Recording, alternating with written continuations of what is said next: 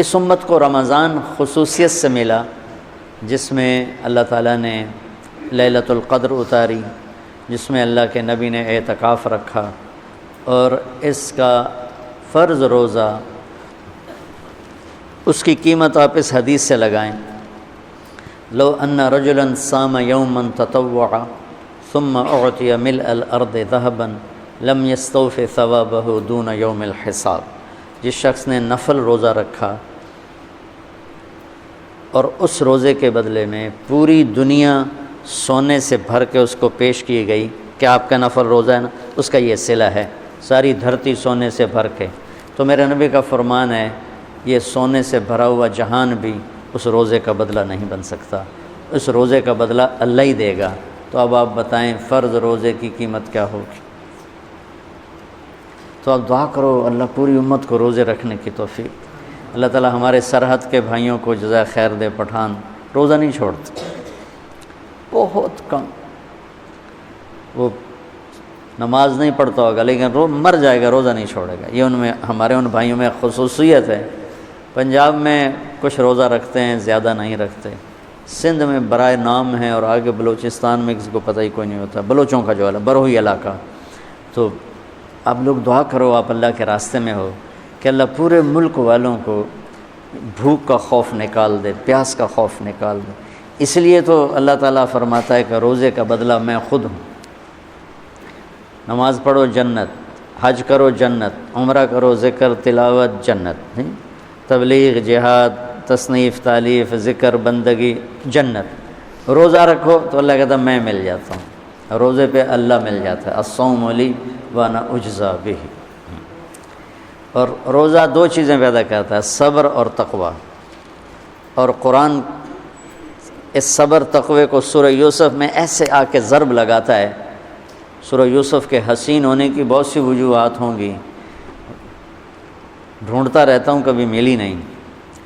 کسی مفسر نے خاص طور پہ اس کو اجاگر بھی نہیں کیا، تو مجھے اس میں یہ ایک بات نظر آتی ہے کہ سارے قرآن کو دو لفظوں میں بیان کر کے اس کا نتیجہ بیان کر دیا، اور پیچھے پوری کہانی لائے، اور اس کہانی کے ساتھ پھر ان دو لفظوں کو جوڑ کے ایسے ٹھا کر کے اعلان کیا کہ جب یوسف علیہ السلام کے بھائیوں نے غلہ مانگا تو انہیں ایسے نقاب کشائی کی، نقاب رکھتے تھے یوسف علیہ السلام اس طرح کہ ان کے حسن سے کوئی فتنے میں نہ پڑ جائے، اس لیے نقاب رکھتے تھے۔ تو جب وہ بھائی آئے اور اللہ کی طرف سے اجازت ہو گئی تو انہوں نے یوں کیا، هل علمتم ما فعلتم بیوسف واخیہ اذ انتم جاہلون۔ آپ کو تو یاد نہیں ہوگا چونکہ آپ نے جان بوجھ کے تو کیا نہیں تھا۔ سبحان اللہ، کیا کمال اخلاق ہیں۔ آپ سب سورہ یوسف پڑھتے ہو تو ماشاءاللہ تم ویسے بھی تلاوت کرو تمہیں سمجھ میں آتی ہے کہ عربی تمہاری بہت اعلیٰ ہے۔ کس طرح نکالا اور کس دھوکے اور فریب کے ساتھ، پھر مارتے پیٹتے کنویں میں پھینکا، پھر قافلے کو بیچا، اور جب یوسف علیہ السلام کے اقتدار آیا ہے اور بدلہ لینے کا وقت ہے تو کہہ رہے ہیں حل علمتم۔ حل وہاں بولا جاتا ہے جہاں مجھے یہ پتہ ہو کہ آپ جانتے نہیں میں کیا کہنے والا ہوں، تو میں کہتا ہوں آپ کو پتہ چلا، یہ ہے حل، آپ کو معلوم ہوا، اس کو حل کہتے ہیں۔ حل علمتم، آپ کو پتہ نہیں چلا، آپ کو پتہ نہیں تھا، کچھ چھوٹی موٹی بھول ہو گئی آپ کی۔ یوسف فعلا عربی کی تعبیر کا سب سے کمزور لفظ ہے، فعلا سب سے کمزور لفظ۔ تو فعلتم، تعدیتم، ظلمتم، کتنا کچھ آ سکتا تھا، جہلتم، فعلتم سب سے کمزور تعبیر، وہ تھوڑا بہت آپ نے کیا تھا۔ تو اس وقت اخوت یوسف کی جو دو مختلف کیفیتیں، خوف، امید، یقین، شک، آس، یاس، وہ جو عجیب جذبات بنتے ہیں، ان کو قرآن نے یوں نقل کیا، اِنَّکَ لَأَنْتَ یوسف، اِنَّکَ شک، لَأَنْتَ یقین، اِنَّکَ خوف، لَأَنْتَ امید، اِنَّکَ پریشانی، لَأَنْتَ اطمینان۔ ذرا میرا چہرہ دیکھنا، صرف یہ الفاظ نہیں تھے بلکہ چہرہ بھی ترجمانی کرتا ہے۔ جو کچھ آدمی بعض اوقات باتیں جو زبان پہ آ نہ سکیں، آنکھوں نے کہیں، آنکھوں نے سنی، تو چہرہ بولتا ہے۔ تو یوسف کے بھائی یوں کر رہے تھے، یہ کسی تفسیر سے نہیں بیان کر رہا ہوں، اس لفظ میں جو تصویر مجھے اللہ نے دکھائی ہے نا، میں وہ بیان کر رہا ہوں۔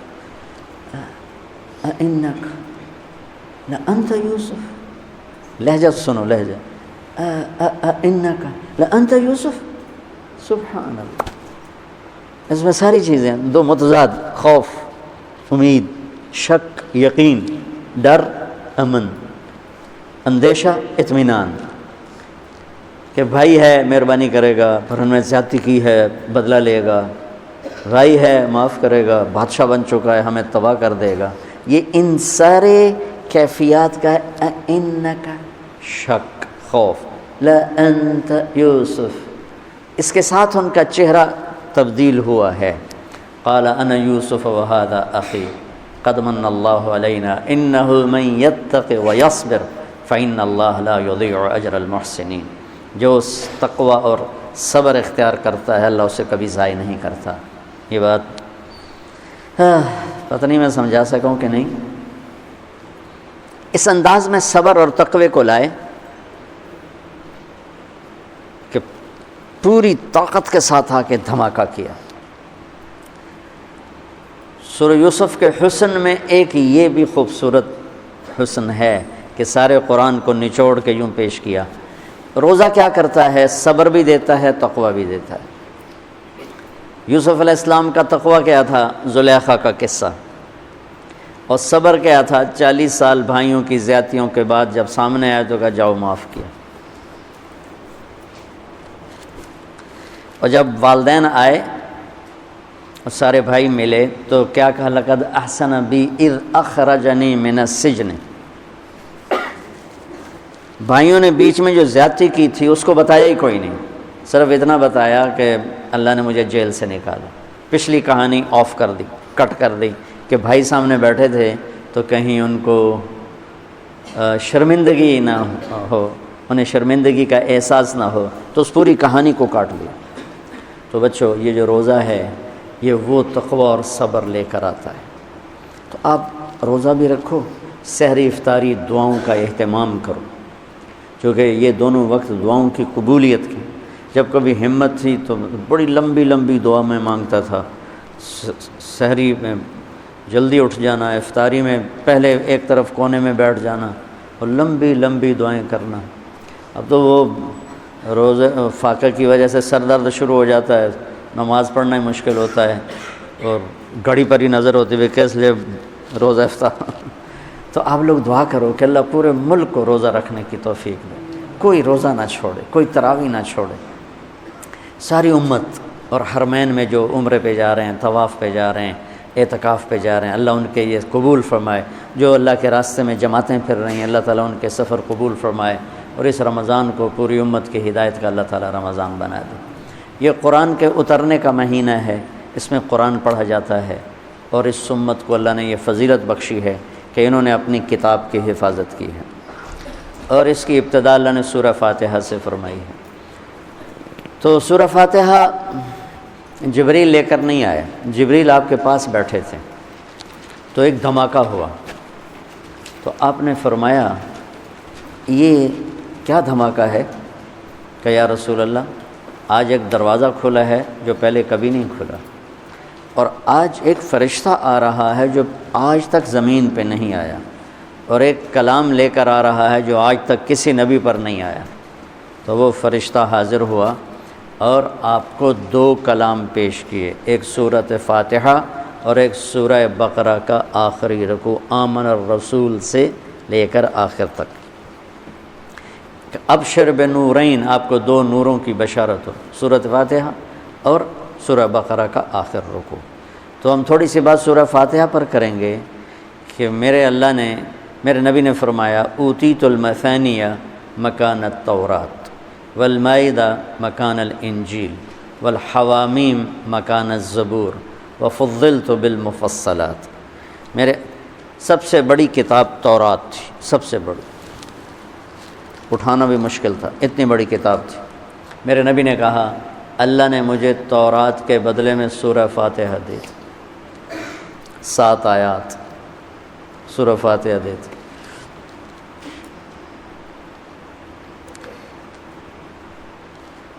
اور انجیل کے بدلے مجھے اللہ تعالیٰ نے سورہ مائدہ دے دی، انجیل سورہ مائدہ۔ حوامیم یعنی حامیم سے 7 سورتیں شروع ہوتی ہیں، 26ویں پارے سے وہ 25ویں پارے سے 24ویں پارے سے وہ شروع ہوتی ہیں اور 28ویں تک غالباً جاتی ہیں، 7 سورتیں اکٹھی، حامیم حامیم حامیم حامیم۔ تو زبور کے بدلے اللہ نے مجھے حامیم عطا فرمائی، اور باقی قرآن کے ذریعے سے مجھے عزت اور فضیلت عطا فرمائی۔ سورہ فاتحہ امام راضی رحمۃ اللہ علیہ ایک دفعہ اپنے خطبہ میں فرمانے لگے کہ اس سے 10,000 مسائل نکلتے ہیں، تو بعض لوگوں نے ان کا مذاق اڑایا۔ وہ مذاق اڑانا تفسیر راضی کا سبب بنا، تفسیر کبیر کا، کہ فرمایا کہ جب انہوں نے میرا مذاق اڑایا تو میں نے اللہ کا نام لے کر قلم اٹھایا اور میں نے لکھنا شروع کیا۔ پہلی جلد سورہ فاتحہ پر ہے اور 10,000 مسائل اس بندے نے نکال کے پیش کیے ہیں امت کو۔ کبھی موقع ملے تو آپ پڑھ لینا۔ اور حضرت علی کا فرمان ہے، امام المتقین، حضرت علی کے بارے میں اللہ کے نبی نے فرمایا من کنت مولاہ فعلی مولاہ، جس کا میں مولا ہوں علی اس کا مولا ہے۔ اور یہاں مولا سے مراد دوست نہیں ہے، یہ ہم دوست کا ترجمہ کرتے ہیں آقا، سردار، جس کا میں سردار ہوں علی اس کے سردار ہیں۔ اس کے پیچھے ایک کافی پس منظر میں بہت سی چیزیں ہیں، ان کی صفائی کرنے کے لیے میرے نبی نے غدیر خم پر یہ حدیث بیان فرمائی خطبے میں کہ جس کا میں مولا ہوں اس کا علی مولا ہے۔ تو یہ چند دن پہلے مجھے خیال آیا کہ ہمیں حضرت علی نہیں کہنا چاہیے، ہمیں مولا علی کہنا چاہیے، کہ میرے نبی ہمیں ان کو ہمارا مولا بنا کے گئے ہیں۔ ہم سمجھتے ہیں صرف یہ شیعہ کہتے ہیں مولا علی، وہ صحیح کہتے ہیں، من کنت مولاہ فعلی مولاہ۔ آپ سب کے چہروں پہ میں حیرانی دیکھ رہا ہوں، حالانکہ میں آپ کو صحیح حدیث پیش کر رہا ہوں، من کنت مولاہ فعلی مولاہ، جس کا میں مولا ہوں علی اس کا مولا ہے۔ تو میں اب حضرت علی نہیں کہتا، میں کہتا ہوں مولا علی، کہ ان کا حق ہے۔ جیسے ہر صحابی کی بعض خصوصیات ہیں جو دوسرے میں نہیں۔ آپ نے ابو بکر سب سے بڑی ہستی ہیں صحابہ میں، ان کو نہیں، آپ نے کہا کہ تو جنت میں میرے آگے آگے چلتا ہے۔ بلال کو کہا کیا بات ہے، جب جنت میں جاتا ہوں مجھ سے آگے آگے چلتا نظر آتا ہے، جزوی فضیلت۔ سارے لوگ پیدل چلیں گے، میں براق پہ چلوں گا، میرے نبی نے فرمایا، اور بلال میرے آگے سرخ اونٹنی پہ بیٹھ کے چلے گا، یہ جزوی فضیلت۔ جنت میں جانے لگوں گا تو جنت کی سواری کی لگام ایسے نیچے گرے گی۔ نیچے گرنے کا مطلب ہے کوئی ڈرائیور آئے گا، کوچوان آئے گا جو چلائے گا، تو بلال حبشی کو یہ رسی پکڑائی جائے گی۔ تو اس طرح یہ جزوی فضائل کسی کے کسی طرح، کسی کے کسی طرح ہیں۔ تو مجھے خیال ہے کہ ہم اہل البیت کے حق میں بڑی کوتاہی کرتے ہیں، بہت کوتاہی کرتے ہیں۔ ہم اللہ کے نبی کی اولاد کے تذکرے نہیں کرتے، اس سے ان سے محبت کی گرمی بھی نہیں پیدا ہوتی۔ تم میری اولاد کی برائیاں میرے سامنے شروع کر دو تو تم مجھے اچھے لگو گے، اور میرے سامنے آ کر میری اولاد کی تم تعریف شروع کر دو، چاہے مجھے پتہ بھی ہو جھوٹی تعریف کرنا، تو بھی میرا دل خوش ہو جائے گا۔ تو ہم نے نا اللہ کے نبی کے گھرانے کے بارے میں بہت کوتاہی کی ہے، بہت کوتاہی کی۔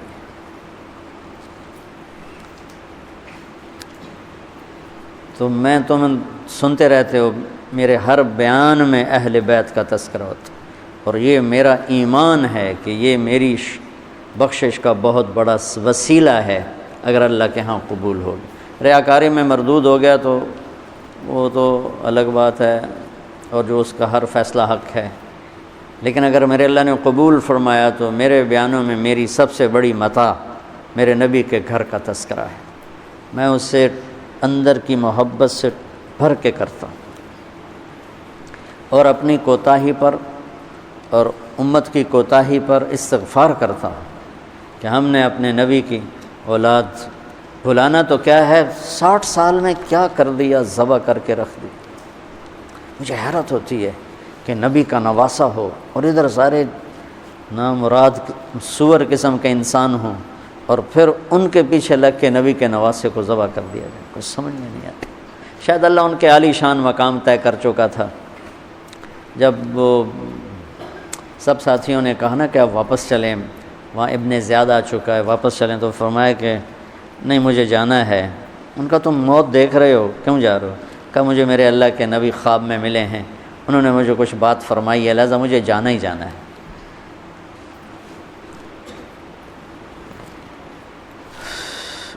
میں پتہ نہیں بیان کیا کر رہا تھا حضرت علی کا،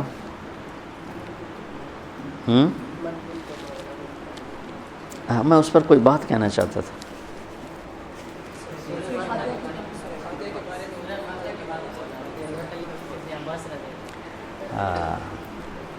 مولا علی نے فرمایا اگر میں سورہ فاتحہ کی تفسیر کروں، سورۃ فاتحہ کی تفسیر لکھواؤں تو 70 اونٹوں پہ لادی جائے گی، 70 اونٹوں پہ۔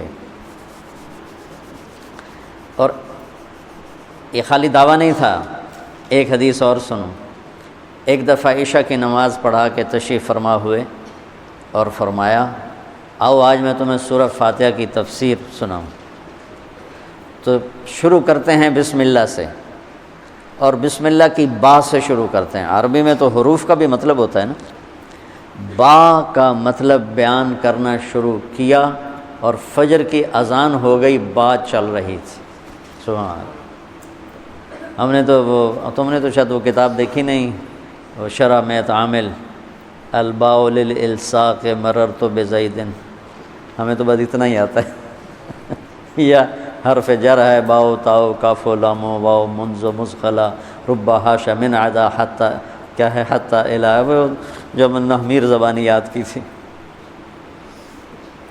تو سورۃ فاتحہ سارے آسمانی کلاموں کا، جتنے آسمان سے کلام اترے، کتابیں اتریں، اس کا خلاصہ ہے قرآن، اور قرآن کا خلاصہ ہے سورۃ فاتحہ، اور سورۃ فاتحہ کا خلاصہ ہے ایاک نعبد و ایاک نستعین۔ ایک اور طرح، سارے آسمانی کلاموں کا سردار ہے قرآن، اور قرآن کا سردار ہے سورۃ بقرہ، اور سورۃ بقرہ کا سردار ہے آیت الکرسی، اللہ لا الہ الا ہو۔ تو آسمانی علوم کا خلاصہ قرآن، اور قرآن کا خلاصہ سورۃ فاتحہ، اور سورۃ فاتحہ کا خلاصہ ایاک نعبد و ایاک نستعین۔ یا اللہ صرف تیری بندگی، یا اللہ صرف تجھ سے مدد، ایاک سارے طرفوں سے، وَإِذَا سَأَلْتَ فَاسْأَلِ اللَّهَ وَإِذَا اسْتَعَنْتَ فَاسْتَعِنْ بِاللَّهِ ایاک، کہ یا اللہ صرف تیری بندگی، اور یا اللہ صرف تجھی سے مانگنا، تیرے آگے جو لب ہے، دنیا بھی اسی سے مانگنی ہے اور آخرت بھی اسی سے مانگنی ہے۔ اللہ نے ہمیں دنیا پہلے سکھائی، آخرت بعد میں سکھائی۔ ربنا آتنا فی الدنیا حسنۃ وفی الآخرۃ حسنۃ وقنا عذاب النار۔ تو سارے آسمانی کتابوں کا خلاصہ یہ ایک جملہ ہے، ایاک نعبد۔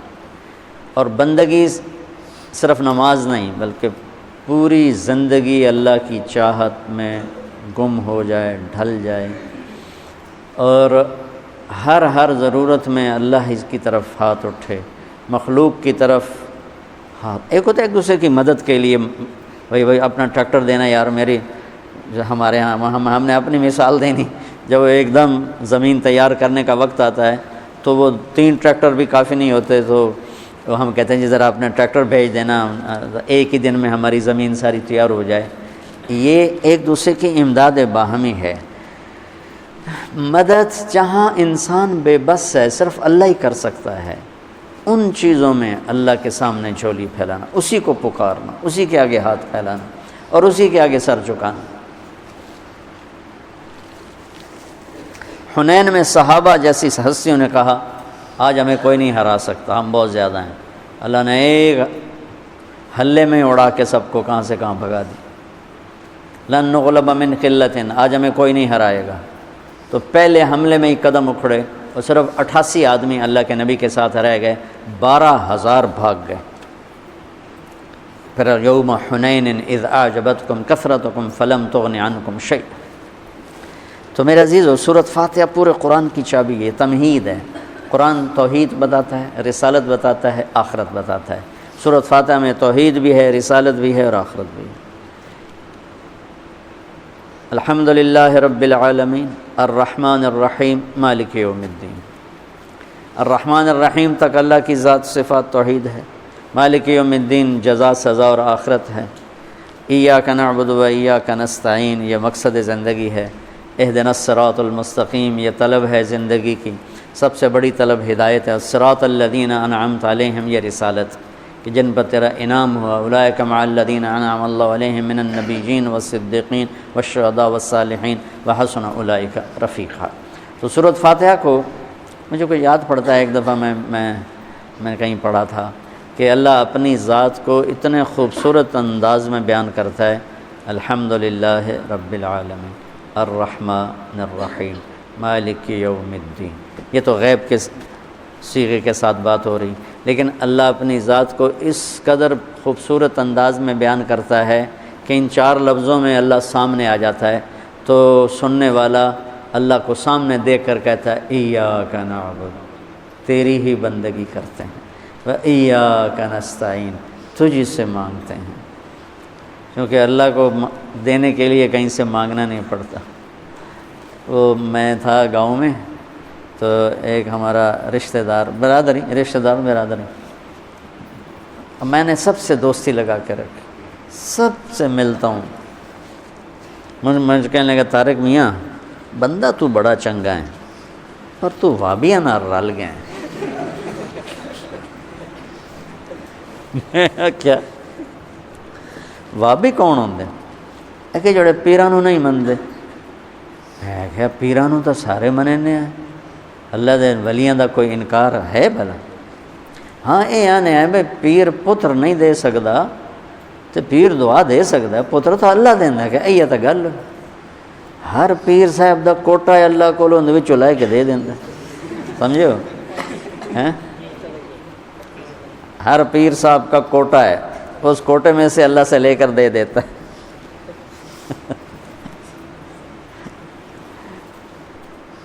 علم و باج کرے فقیری کافر مرے دیوانہ ہو، ساسے بریاں کرے عبادت کلو اللہ تو رہے بیگانہ ہو۔ سلطان باہو رحمۃ اللہ علیہ کے 2 بول ہیں۔ تو ابراہیم علیہ السلام نے آگ میں جاتے ہوئے جبریل اور ہوا کے فرشتوں کو کہہ دیا تھا اما الیک فلا واما الی اللہ فنعم ایاک نعبد و ایاک نستعین۔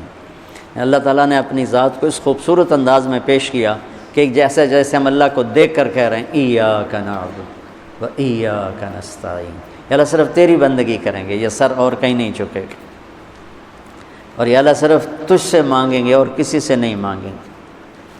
قرآن وہ میں نے پہلے ایک مثال سے بتا دیا، یہ استعانت بالغیر نہیں ہے، بھائی مجھے قرض چاہیے آپ مجھے 1,00,000 روپیہ دے دیں، یہ اس میں نہیں آتا ہے۔ میرے نبی قرضہ اٹھاتے تھے، میرے نبی نے جنگ کے لیے تلوار اٹھائی، زرہ پہنی، اسباب کی دنیا ہے، اسباب کا اختیار کرنا اور چیز ہے، اور جن چیزوں میں اللہ کے سوا کوئی کرنے والا نہیں وہ لوگوں کے سامنے ہاتھ پھیلا دینا۔ ہم لیا گئے تو وہاں ایک پیر جگی گدی تھی، تو ان کے پیر صاحب سے ملاقات کی، انہوں نے بہت محبت کی، تو ہم فاتحہ پڑھنے گئے تو وہاں ان پڑھ عورتیں بیٹھے، پیر جگی پتر دیویں آ، پیر جگی پتر دیویں آ۔ اللہ ان کو معاف کر دے گا، ان کو پتہ ہی کوئی نہیں ہے کہ پتر کون دیتا ہے، وہ سمجھے پیر ہی دیتا ہے، پیر جگی پتر دیویں آ۔ تو استعانت صرف اللہ سے۔ اگر آپ نماز کی عادت ڈال لو نا، آپ پڑھتے ہو لیکن ہر حاجت میں مصلی پہ آ جاؤ، پھر آپ کو ایاک نستعین کا مزہ آئے گا۔ اپنی حاجت نماز کے ذریعے اللہ کے سامنے رکھو۔ ایک بدو طواف کر رہا تھا، یا اللہ تجھے پتہ ہے نا میں بھی بھوکا ہوں اور میری اونٹنی بھی بھوکی ہے، اور مجھے کھانے کو میرے بچے بھی بھوکے اور میں بھی بھوکا۔ ایک آدمی ساتھ سن رہا تھا تو اس نے جلدی سے اپنے تھیلی نکالی درہموں کی، کہ میرے بھائی قبول فرما، کا پیچھے ہٹ۔ تو اس سے لینا ہوتا تو اس کے گھر میں آتا، جس کے گھر آیا ہوں اسی سے لینا، چل چل مجھے نہیں چاہیے۔ وہ طواف سے فارغ ہوا تو اعلان ہوا فلاں ابن و فلاں کہاں ہے؟ تو یہ خود تھے، کہا جی میں ہوں۔ کہا آپ کے چچا کا انتقال ہوا ہے تو انہوں نے اپنی ساری وراثت آپ کے نام کر دی ہے، چونکہ ان کی اولاد کوئی نہیں تھی۔ تو 1 منٹ میں اللہ تعالیٰ نے قبول فرمائی۔ ہشام بن عبد الملک اور سالم بن عبداللہ بن عمر بیت اللہ کا طواف فرما رہے تھے، تو ہشام نے کہا سالم کوئی ضرورت تو بتاؤ، تو وہ کہنے لگے اللہ کے گھر میں ہو کر میں اللہ کو نہ بتاؤں تمہیں بتاؤں، کتنے شرم کی بات۔ تو ہشام چپ ہو گیا۔ ہشام بادشاہ تھا بنو امیہ کا۔ تو جب دونوں باہر نکلے تو ہشام نے کہا اچھا اب تو بولیے، کوئی ضرورت بتائیں۔ تو سالم بن عبداللہ بن عمر، حضرت عمر کے پوتے، کہنے لگے کیا بتاؤں، دنیا کی یا آخرت کی؟ وہ کہنے لگا دنیا کی بتاؤ، آخرت کی میں کیا پوری کروں گا؟ تو وہ کہنے لگے دنیا تو کبھی اللہ سے نہیں مانگی، تجھ سے کیا مانگا؟ ما سألت من یملکھا فکیف من لا یملکھا، جو دنیا کا شہنشاہ ہے، دنیا تو اس سے کبھی نہیں مانگی، تم سے کیا مانگوں گا؟ تو میرے عزیزو، سارے قرآن کا خلاصہ یہ 2 لفظ ہیں، ایاک نعبد۔ امت اللہ کے سامنے سر جھکا دے، ہر حرام چھوڑ دے، ہر حلال پہ آ جائے۔ بندگی صرف نماز نہیں ہے، بازار کی بندگی کیا ہے؟ سچائی، ناپ تول کا پورا ہونا، وعدے کا وفا کرنا، کھوٹ ملاوٹ سے بچنا، یہ بازار کی عبادت ہے۔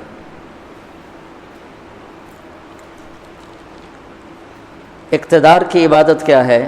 ظلم سے بچنا، اپنی طاقت سے کسی پہ ظلم نہ کرنا، انصاف کو ہاتھ سے نہ جانے دینا۔ وکالت کی، عدالت کی عبادت کیا ہے؟ ظالم کا ساتھ نہ دینا۔ سیاست کی عدالت کی عبادت کیا ہے؟ دنیاوی مفاد نہ اٹھانا، بلکہ قومی مفاد کے لیے اپنے آپ کو پیش کرنا۔ گھر کی بندگی کیا ہے؟ ماں باپ ہیں تو ان کی آنکھوں کی ٹھنڈک بننا، بیوی ہے تو اس کے دامن کو خوشیوں سے بھرنا، اولاد ہے تو ان کو ایسی محبت دینا جیسے میرے نبی حسنین کو دے کر گئے تھے۔ یہ اس طرح عبادت پھیلی ہوئی ہے۔ بہن بھائی ہیں تو ان کے ساتھ شیر و شکر ہو کے رہنا، ان کی کمیاں زیادتیوں سے درگزر کرنا، یہ ایاک نعبد ہے۔ صرف نماز کے اندر نہیں ہے ایاک نعبد، بلکہ پوری زندگی ایاک نعبد ہے۔ تو میں کہا کرتا ہوں سچائی، دیانتداری اور انصاف، یہ 3 چیزیں اگر آپ کے اور میرے اندر ہیں تو ہماری پوری زندگی عبادت بن جائے گی، پوری زندگی بندگی بن جائے گی۔ وَإِيَّاكَ نَسْتَعِينُ، جب اس کے سامنے سر جھکاؤ گے پھر ہاتھ اٹھاؤ گے تو مزہ بھی آئے گا، مانگنے کا بھی، اس کے دینے کا بھی۔ اس کو کون سا کہیں سے لینا پڑتا ہے؟ جو وہ نباتہ بن یزید نخی رحمۃ اللہ علیہ تابعین میں سے ہیں، اللہ کے راستے میں جا رہے تھے، گدھا مر گیا تو نیچے اتر کے 2 نفل پڑھ کے کہنے لگے یا اللہ تو بے نیاز ہے، تجھے تو کسی چیز کی ضرورت نہیں اور میں تو مسافر ہوں، مجھے اس کی ضرورت ہے، اسے زندہ کر۔ اور ایک چھڑی ماری، قم بِإِذْنِ اللہ، گدھا اچھل کے کھڑا ہو گیا۔ اور امام شافعی نہیں شعبی فرماتے ہیں کہ میں نے اس گدھے کو دمشق کے بازار میں فروخت ہوتے دیکھا، اور وہ نباتہ پہلے فوت ہوئے، کھوتا بعد میں مریا، ایسی دعا قبول ہوئی۔ تو انشاءاللہ تھوڑا تھوڑا اس کو لاتے رہیں گے۔ آج بس اتنا ہی کافی ہے کہ تھوڑا سورۃ فاتحہ میں چند ایک مضامین۔ ایک ہدایت ہے، ہدایت ہدا اس چٹان کو کہتے ہیں جو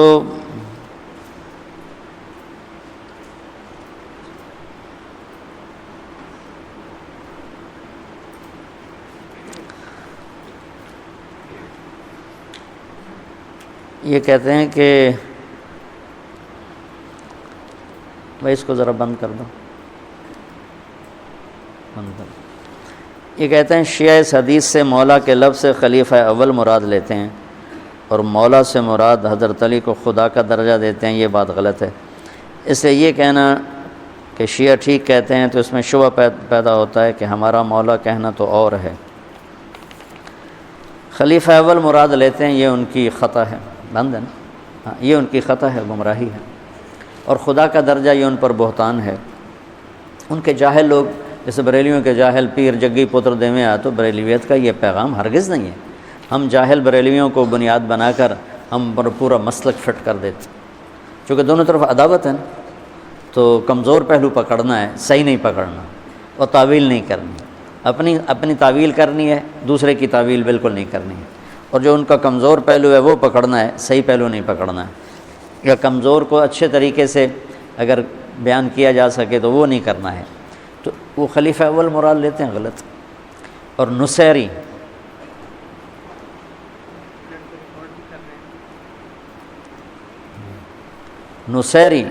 نصیری جو یہ ہے آپ کا شام کا صدر بشار، نصیریہ میں حضرت علی کو خدا کا درجہ دیتے ہیں اور اس کو شیعہ بھی رد کرتے ہیں، ان کو کفر کا درجہ دیتے ہیں ان کے۔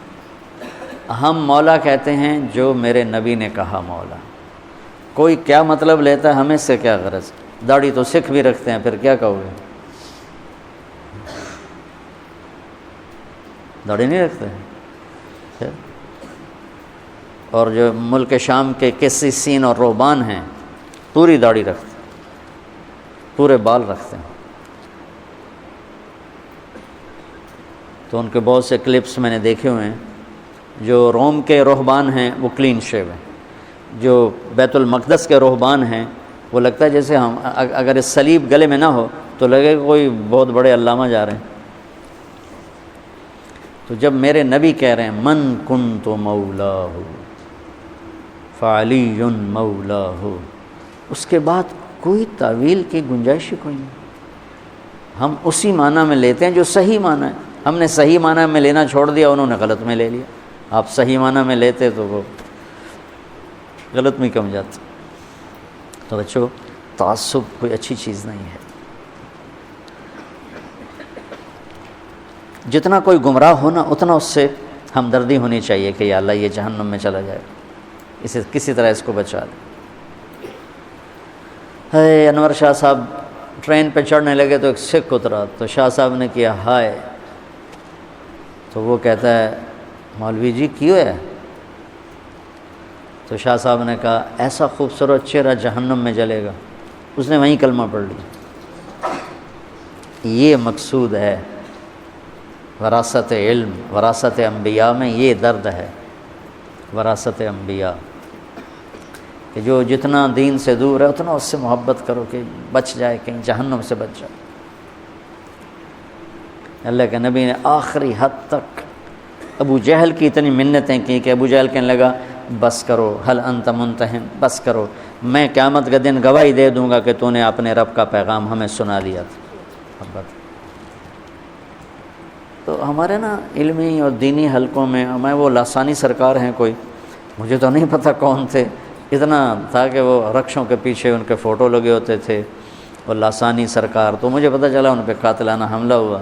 میں ان کو پوچھنے چلا گیا، جو میرے اوپر بکواس شروع ہوئی سوشل میڈیا پر، یعنی اتنا سیرت سے ہم دور ہو گئے ہیں کہ نبی ابو جہل جیسوں کے منتیں کر رہا ہے، اور یہ کہتے ہیں یہ بدعتی کے پاس چلا گیا، دیوبندی ناراض، بریلوی ناراض، بدعتی کے پاس چلا گیا۔ ارے بھائی میں بدعتی کے پاس دعوت کی نیت سے گیا ہوں۔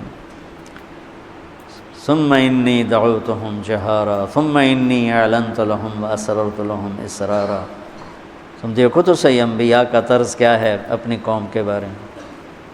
وانی کلما دعوتہم لتغفر لہم جعلوا اصابعہم فی آذانہم واستغشوا ثیابہم۔ ایسے آدمی سے کوئی بات کر سکتا ہے ہمت؟ چلو تم سبق میں یوں کر دو مولوی شاہد کے سامنے، دیکھو تمہارا کیا حال کرتا ہے۔ یقین مانو میں نوح علیہ السلام کی ہوئے کیا جگر تھا کہ یوں لوگ بیٹھے یوں۔ اب پرسوں ترسوں وہاں بیان تھا نا شاکوٹ، تو اندر بیان تھا گھٹن گرمی، اوپر سے اسپیکر خراب ہو گئے، میں بولوں تو ادھر سے آواز آئے، آواز نہیں آ رہی، پھر چپ ہو جاؤں، پھر بولوں تو ادھر سے آواز نہیں آ رہی۔ مجھے اتنا غصہ چڑھا میں سب کی پٹائی کروں جنہوں نے یہاں ممبر رکھا، اور مجھ سے بولا نہیں گیا۔ اور میں نے پنجابی میں کہتے کھینچ تو میں نے وہ کھینچ کھانچ کے 1.25 گھنٹہ پورا کیا کہ میرا من چل ہی نہیں رہا تھا کہ میں کوئی یہاں بات کروں۔ ہوا کہ مجمع طلب والا بیٹھا ہے، یوں کر کے بیٹھا ہے، اسپیکر خراب تھا، حبس اور گرمی شدید تھی، تو میرا میٹر گھوم گیا۔ تو میں قربان جاؤں اس رسول پر جو ایسے لوگوں کو دعوت دیتا تھا۔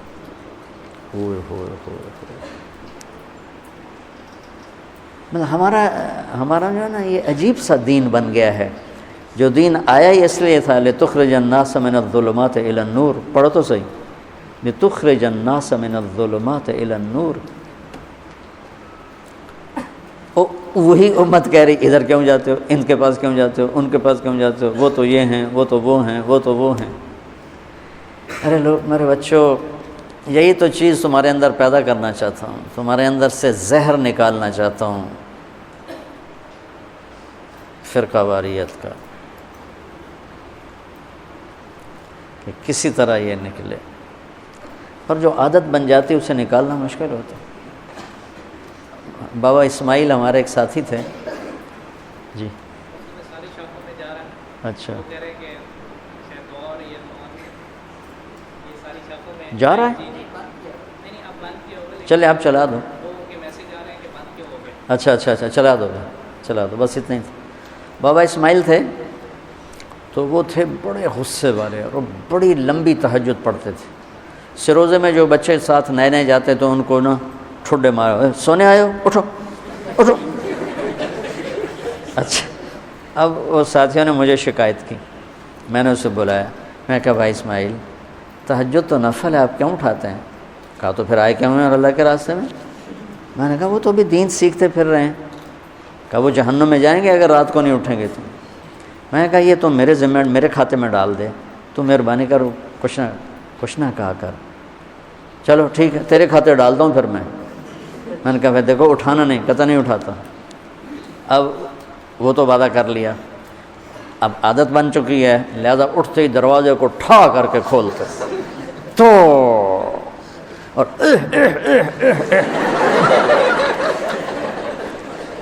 ایویں ہی کھانسی کر رہا، اور کبھی زمین پہ پاؤں مار رہا ہے، کبھی اونچی نفل میں قرآن پڑھ رہا ہے، کبھی ساؤنڈ نہیں دینا۔